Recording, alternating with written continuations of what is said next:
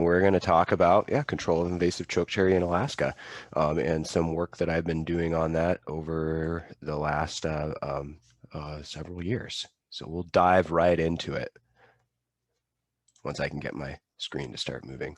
So bird cherry trees, we've been planting these for a long time. I asked horticulturalists and urban foresters, and it's probably been since about the 1950s. We just started promoting these trees because we were looking for options that people could use in a landscape that were hardy, were pretty, and were generally not damaged by moose. Some people do eat the cherries. I've certainly used them in making one beer, but and Extension has information on how to use them in various things. They can be eaten. They taste pretty darn nasty by themselves, though. I will definitely tell you that. Good thing to note, though, there are two other common ornamental chokecherry trees out there. The one we usually talk about the most is Mayday or European bird cherry trees. There's an amber chokecherry tree, Prunus mackii. You can most easily identify this because it has that orangish red peeling bark. This is a picture of one of those in a street tree in Anchorage.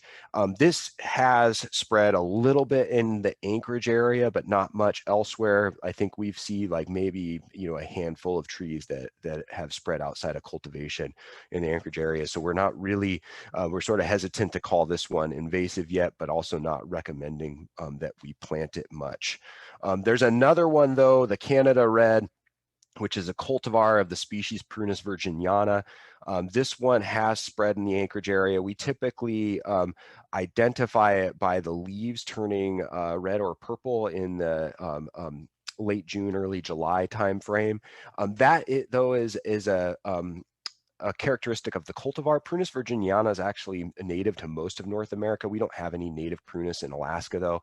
And we're not 100% sure that consistently breeds true to the leaf color change. So there's been some interest in amongst Justin Fulkerson and others like myself, to look at, how much of the Prunus that's in forests is actually Prunus virginiana versus the other, and how often do they breed true to the leaf color. But it gets difficult because you have to, most reliable way is to look at them by flowers. There's some seed characteristics that are different too, but Justin's pointed out that's not necessarily always that reliable. So it can get really hard to actually differentiate virginiana and patis. So we kind of lump them both together as invasive, and you'll hear me refer to them as invasive chokecherries. I'm a lumper, not a splitter. But the basics of identification in the summertime is, we have these white flower clusters. You can find them real easy in May, early June, depending on when everything starts to green up. Flowers last about 1 week. They do overlap a little bit with some of the ornamental apples and such, but the apples don't have the same sort of flower clusters on racemes like these do. The leaves are really the most reliable way to get to a feral prunus that's out in the forest. So your invasive chokecherry trees, the best portion of them to look at is this. Let's see if I can actually draw here. Oh, nope, never mind, can't draw. So I'll skip on that. But is that portion there that is at the base of the leaf. You can see these two little glands there. If you can see my mouse across the screen moving across, there's these two glands. Those are characteristic of the Prunus species, and we have no native Prunus in the state of Alaska. So if you find that growing in a forest, that's what you're looking for to as far as what you're trying to remove and document. Now, there are a lot of ornamental and edible Prunus that people do plant in their yards, so I wouldn't use that necessarily to differentiate between patis and one of those ornamentals in someone's yard. You can need to use some other characteristics there. We also have the fruits. They're green during their growth, they're black when ripe. They have a round stone, and that round stone is different than most of our other fruit-bearing trees. The only thing that's even close that has a stone that's a fruit-bearing like berry is the high bush cranberry, but its stone is flat. You can also identify these in the winter. In wintertime, we use the buds to identify trees. And so what I've shown you here is the two that could be differentiated or mistaken with prunus, and those are aspen and cottonwood, and of course they'd have to be saplings to be confused with prunus, but the aspens typically have small glossy buds. Cottonwoods have large sticky buds, and you can feel that stickiness if you pull the bud off and rub it between your fingers. You can feel that. If it's really cold out, you might not be able to, in which case I would take and actually put it in my mouth and eat it. And if you you can taste the cottonwood in there, and it'll leave stickiness on your teeth as well, and that'll last a long time too. But the prunus though is really dull in color and sheen, and it doesn't have any sort of stickiness to it, and it also mostly just tastes a little bitter, as opposed to cottonwood's kind of, it's a sweet taste that is probably more you know, it's an acquired taste, I'll put it that way. One interesting thing, since we're talking about identification, is there is a disease, a fungal pathogen that we've seen on prunus in Alaska. It hasn't been definitively identified. It's in the genus Tephrina. It's either this pad eye or prune eye. I have documented a couple of times on Kodiak Island and in some places in the city of Kodiak. What it's does is it makes the fruit actually elongate into something that looks more like a kidney bean, and it renders it stoneless. It's been seen a couple of times in the Homer area from things that were submitted to me. Cairo Wagner sent me some samples once that looked like this as well. And so we're really curious about where it's at. If you can record observations in iNaturalist, but also let me know about it, that would be good. I don't always get alerts on this, and sometimes they come up as prune eye or pad eye. I was following pad eye for a while, but then apparently they might have changed the name to prune eye, so I need to go change my settings there. But this plant, it's widely distributed in Alaska because we planted it for so long. It was a really popular ornamental, and we started noticing it spreading in the early 2000s, and some studies have seen it as being a potential habitat modification for moose. It is toxic to moose, that's why they don't eat it and damage it, and it's also a little bit of an issue for rearing salmon because it doesn't provide the same insect food source. So we'll talk a little bit about those two things real quick. It has cyanide in it, a cyanogenic glycoside called prunacin that turns into hydrogen cyanide when an animal eats it. And that's been responsible for a few deaths that were recorded in 2010, 2011 by moose. You can go to Fish and Game's website to read more about that. But it helps prevent the moose from actually eating it. And so what you see here is at the bottom, in the middle, we have chokecherry, which is the tree we're talking about, of course. And this is a measure of how much damage the trees are receiving from moose browse. And so higher up the graph means more damage. And so you see chokecherry just don't have as much damage as most of the things moose typically eat. Moose don't really eat alder. And this represents that the chokecherry doesn't really have anything to control it here. Alder have plenty of other things, insects and pathogens that eat it and keep it in check, but the moose are what keep a lot of our trees in check here, and they're just not doing that to our chokecherries in these natural areas. And then likewise, when we look at impacts to salmon food webs, Dave Roon, UAF graduate student, had studied this at UAF with his master's degree. And what he found was that the terrestrial insects that fall into streams, you put these little rafts under native trees and under prunus, that the prunus don't provide as much biomass of terrestrial insects that fall into the streams as the native trees do. And that can make up a very significant portion of a diet of a young salmon. So people wanted to start controlling this naturally then. And we're going to talk about some of the methods of control, but first, prevention is obviously what you really want to do. A lot of communities already have this planted there. If you don't, then your control practice becomes really simple. Just try to keep it from getting planted. Otherwise, you have a pretty big role of the community in getting folks to want to remove the trees that they have planted in their yard and simply not planting more of them, and also discouraging the sale of those trees by nurseries, big box stores, and other outfits. We also want to talk about some manual removal, mechanical, and chemical control next. So for manual removal, we're talking about pulling these trees up out of the ground, and it can be effective on small saplings and new infestations. And so in Anchorage and elsewhere, we've used these things called weed wrenches. It's that orange tool you see there, and basically it works like a vice grip, and you put it at the base of the tree and rock it back and forth, and you can get it up out of the ground. The reason this only works on small saplings and new infestations is because if you break off a root, that root's going to sprout back. So that can be really problematic. If you have larger trees and start rocking it back and forth, you're really going to have a great chance of leaving some of that root behind. If you have heavy infestations, these trees will sprout back from their root system. They sprout up from the root system. So if you see basically like a thicket of these, it could all be one organism, and it just has multiple shoots coming off of the root system there.